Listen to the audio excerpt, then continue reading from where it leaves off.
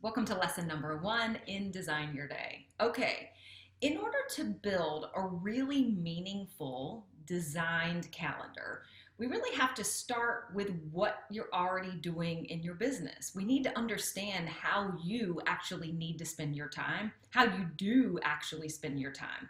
So for this exercise, you're going to download the worksheet that's attached that at the top says business activities. And you're going to use this worksheet and fill this thing out to start creating some of the information that you will need to build your calendar as we move forward. Now, I want to walk you through this a little bit so you can set the tone before you dig into the worksheet. What we want to create right now is just a picture of what your time looks like inside of your business now. So you may be able to look at your calendar for, say, last week and this week and start looking and saying, gosh, I get it. Like when I really look at how I'm spending my time, these are the things that I'm doing. So maybe that looks like meetings with clients. Maybe that looks like big blocks of time answering email. Maybe sometimes it's writing social media posts and putting those out or doing Insta stories. Maybe part of that is making phone calls. Whatever the case is, you get it. But the key is all of our businesses look a little bit different. And depending on the size of your team, your own role is going to look a little bit different than another business owner's. So we want to start with where you are in your own business and understand what activities you already do. So on the worksheet, down the left-hand side, you're going to see it says focus area. And I've provided some thought starters for how you might be spending your time. So these are grouped into things like sales, client meetings, marketing, networking, doing your work, which like what this really means is what do you actually sell? Like if you're selling a product or a service, like you obviously have to create it and do it. That's the fulfillment of the work that you sell. Customer service, team meetings if you have employees, training and education, which could be for you or also for your team, money. There's a number of things that go into that bucket, strategy, email, and then I just put a bunch of others because there are probably some things that are specific to you and into your industry that you really need to capture that you actually spend your time on.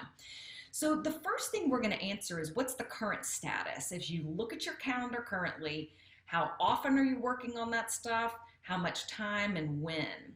So it may be every day. It could be on a Wednesday. It could be sporadically. So whatever the case may be, it's very much a no judgment zone in the current column. What we're really trying to get is like, just what does it look like right now? The next column says desired status. And here what I'm really asking you to do is when you think about your own calendar and you think about the activities that you're doing for your business, do you want to be spending less time on some things? Do you want to be spending more time on them?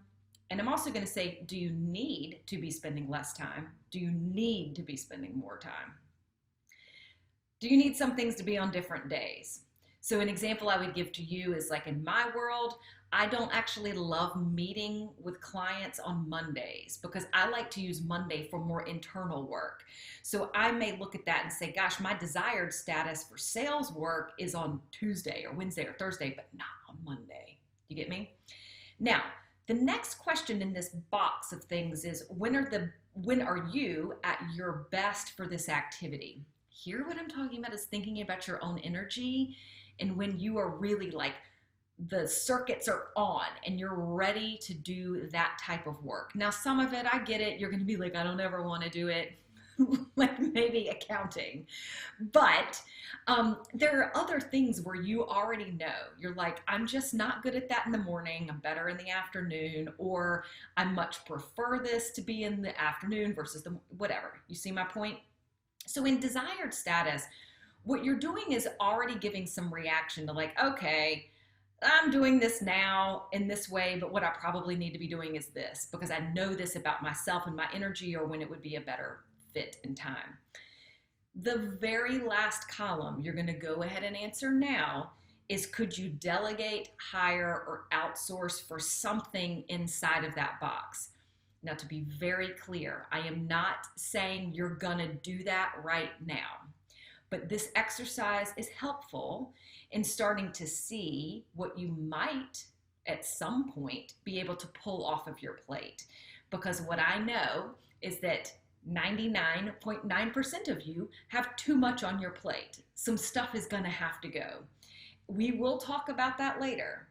But right now, what I want you to start thinking about is this activity or some piece of this activity a possibility to get off of my plate? Oh, I'm telling you, it's going to be so good when you do too. Okay, for now, we're going to start there. So get rolling on this business activity sheet. Current status, desired status. And then lastly, could you delegate it, hire it, or outsource it to someone else? We're going to run through that, and then I will meet you in the next lesson.